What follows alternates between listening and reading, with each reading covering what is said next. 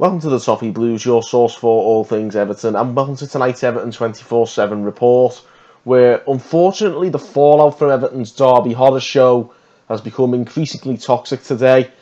That is because Paul Joyce today reported that 10 angry supporters showed up apparently at Finch Farm yesterday with a view to vent at the players.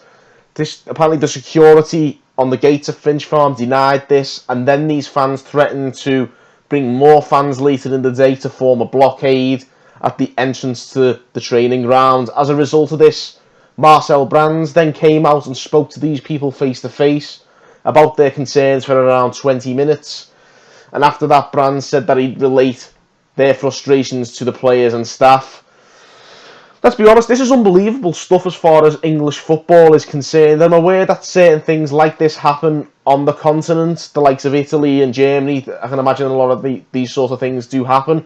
But it seems almost unprecedented in England in the 21st century. And I think that says all you need to know about how many fans are feeling after this game on Sunday. I'm not saying all 10 of these guys speak for everybody, but so many fans are still distraught after Sunday and are incredibly depressed, I think, about the current predicament that we find ourselves in. And much of that anger is being directed toward the first team squad, which is quite rightly, really, I think. I think the players are more than anybody, certainly, I think, to blame for what's going on right now, certainly for what happens on Sunday. And a few names in particular have been, let's say, put at the top of the agenda, and one of those may well be Fabian Delph after what happened last night.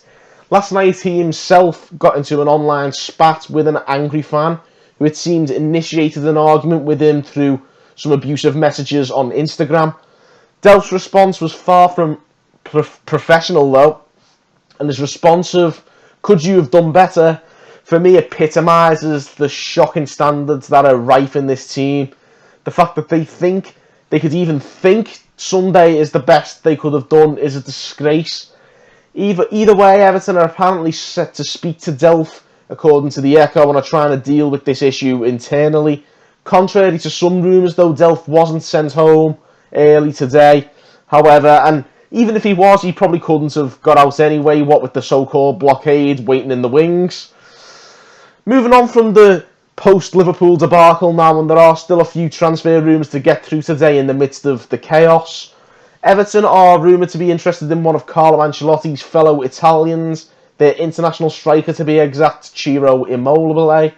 And Tutto Mercato suggests that Everton are willing to make a heavy offer to sign him. However, his team Lazio are unwilling apparently to negotiate a deal whatsoever.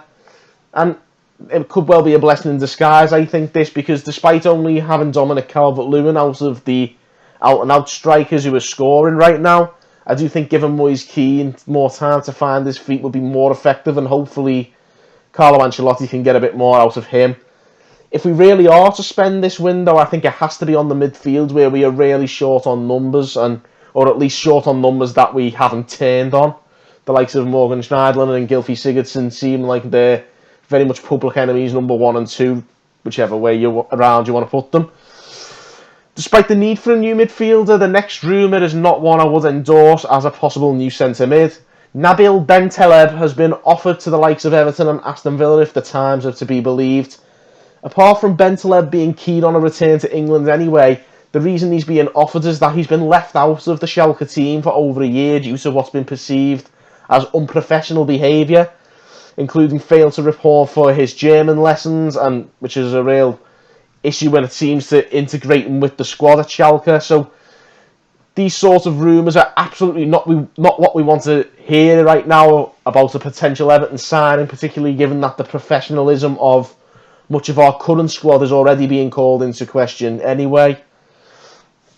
And one of those current squad members under scrutiny is Cenk Tosun, who is looking ever more likely to leave Everton.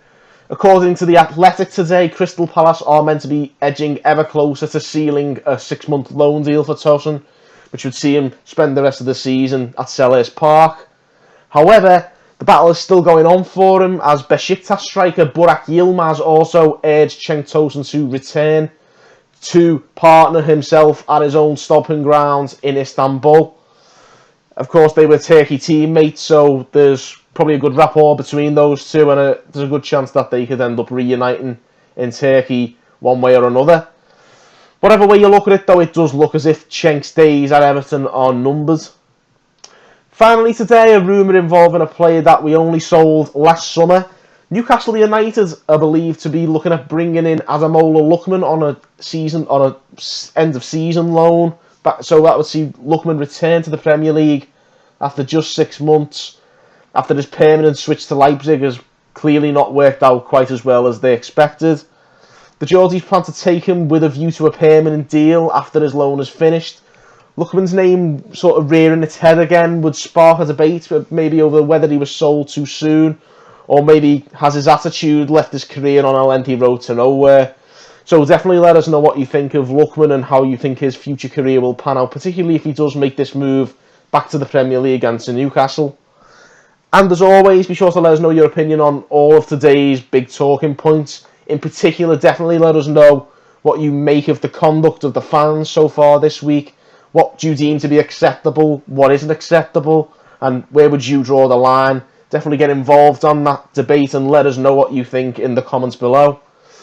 And while you're at it, give the video a like, give the channel a subscribe as well. I'll be back again tomorrow with more Everton news. And until then, thank you guys again for watching on the Toffee Blues.